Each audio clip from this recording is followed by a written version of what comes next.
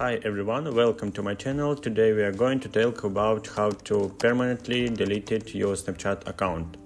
First, open the Snapchat app on your device. From there, navigate to your profile locate in the top left corner and then to settings in the top right corner.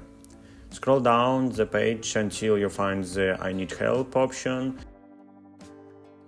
Here you will see an item, label it Manage My Account. Click on it and you'll find Delete or Reactivate My Account. Read the article on how to deactivate or delete your Snapchat account on Android, iOS or the web.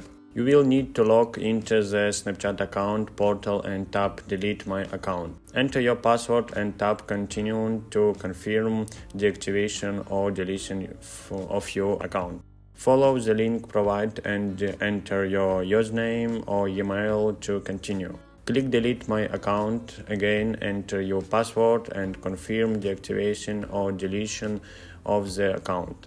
Your account will be deactivated initially, but if you don't log in for 30 days, it will be permanently deleted. Remember, if you want to reactivate your account, you have 30 days to do so. However, if you do not reactivate the account within that time frame, it will be permanently deleted. If you found this video helpful, please don't forget to give it a like and subscribe to the channel for more content.